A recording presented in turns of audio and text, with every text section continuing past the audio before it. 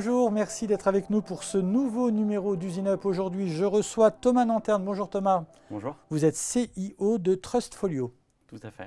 Et avec nous, comme d'habitude, mais c'est une agréable habitude, Guillaume Dupois, directeur de l'accélérateur Epoca Up. Bonjour Christophe. Bonjour. Alors, Trustfolio, quand on va sur votre site internet pour vous présenter, vous dites que vous, j'adore cette formule, digitalisez le bouche à oreille pour les entreprises du B2B. Autrement dit, si j'ai bien compris, vous recueillez et certifiez les avis des clients professionnels, c'est ça? Exactement. Nous, on va permettre à des sociétés B2B de collecter très simplement les témoignages de leurs clients et ensuite qu'ils soient diffusés un petit peu partout sur le web, que ça soit sur Trustfolio mais aussi sur Google. Est-ce que ça veut dire qu'aujourd'hui, dans le B2B, donc dans le monde professionnel, il y a des entreprises qui sont en retard sur ce sujet, qui ne recueillent pas encore systématiquement? Ça paraît dingue quand on n'est pas du milieu, qui ne recueillent pas systématiquement l'avis de leurs clients après une prestation? C'est incroyable, en fait, on arrive sur un marché qui est vraiment tout nouveau. Autant en B2C, on a vraiment pris le pli, on va à la fois tout le temps collecter, on va tout le temps consulter des avis. En B2B, on est extrêmement en retard et donc c'est pour ça qu'on pense qu'il y a une belle place à prendre. Et comment vous avez eu l'idée de à la fois faire le recueil des avis et leur publication, leur certification? En fait, Parce qu'il y a des boîtes qui font que les enquêtes de satisfaction, il y en a des qui certifient, mais vous faites les deux.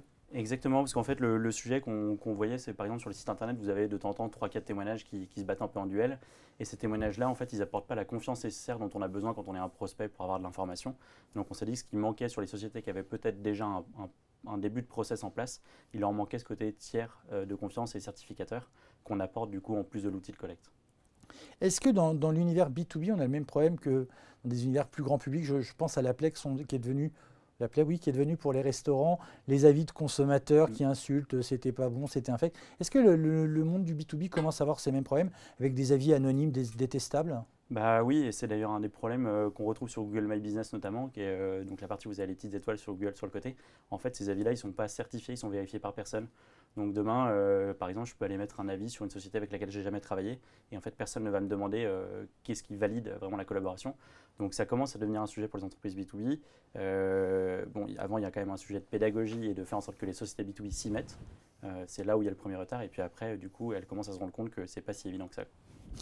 Alors, si je reviens sur cette articulation, il y a le côté recueil. Donc vous recueillez les avis, mais donc vous faites aussi une petite synthèse, enfin peut-être même une grosse synthèse, pour expliquer aux entreprises ce qui va chez eux, ce qui ne va pas, ce qu'elles doivent améliorer dans leur service client? Ouais, exactement. En fait, du coup, elles ont aussi accès à un tableur de suivi où elles peuvent retrouver sur l'ensemble des clients qui sont les clients qui sont très satisfaits, les ambassadeurs, les détracteurs et ceux qui ne sont pas encore ambassadeurs, pour pouvoir monitorer tout ça de manière assez simple.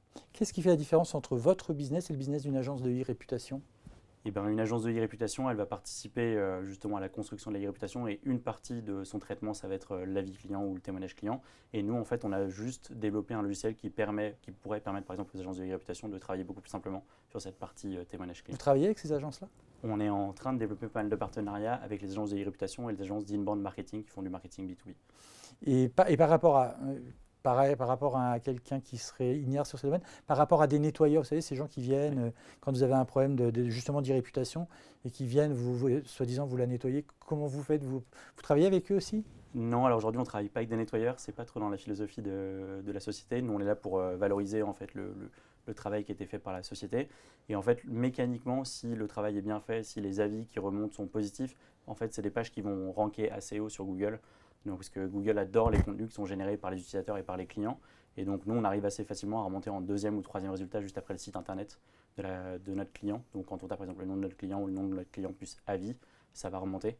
Et donc c'est en quelque sorte comme ça qu'on arrive un peu à nettoyer, mais notre but ça va être pas de prendre tous les liens et de les enlever. J'ai envie de dire, vous travaillez pour les riches, et vous travaillez pour les grandes entreprises, ou vous pouvez aussi travailler pour une PME? C'est quand même plutôt une prestation pour des grandes entreprises? Alors aujourd'hui on a plutôt des clients TPE-PME c'est l'inverse. parce qu'on est un logiciel en SaaS où il n'y a pas en fait besoin d'intégration ou de choses vraiment très poussées. On fournit un outil clé en main, ils peuvent se connecter directement et faire leurs demandes. Donc aujourd'hui on est plutôt sur de la TPE-PME, mais justement, l'objectif, c'est de continuer à avoir de plus en plus de clients et notamment de cibler les plus grosses boîtes. Ok.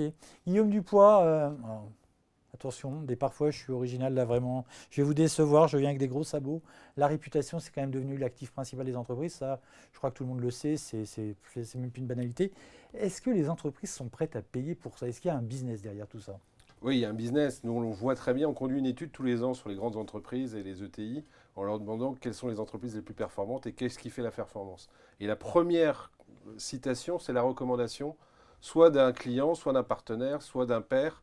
Donc ça, c'est vraiment clé. À partir du moment où j'ai plein de recommandations de gens à qui je peux me projeter, eh ben, je sais que je vais pouvoir aller beaucoup plus rapidement vers le bon partenaire. Et donc c'est absolument clé, on le voit, et ça ne bouge pas depuis 10 ans, ça a même plutôt tendance à augmenter. Donc ils sont au cœur d'une proposition qui est aujourd'hui très importante pour les sociétés et qui a un avenir. Et le faire dans le B2B, c'est très smart parce qu'en effet, comme le disait Thomas, il y a beaucoup d'acteurs dans le B2C. Dans le B2B, il n'y en avait pas. Et le B2B, on sait que c'est quand même très rentable, notamment pour les startups. Ok. Bah, écoutez, Thomas Nanterne, merci beaucoup. Je rappelle que vous êtes le CIO de Trustfolio. Merci à vous, Guillaume Dupois. Merci, Christophe. Merci à vous. À très bientôt pour un nouveau numéro d'Usine Hub. D'ici là, passez une bonne journée.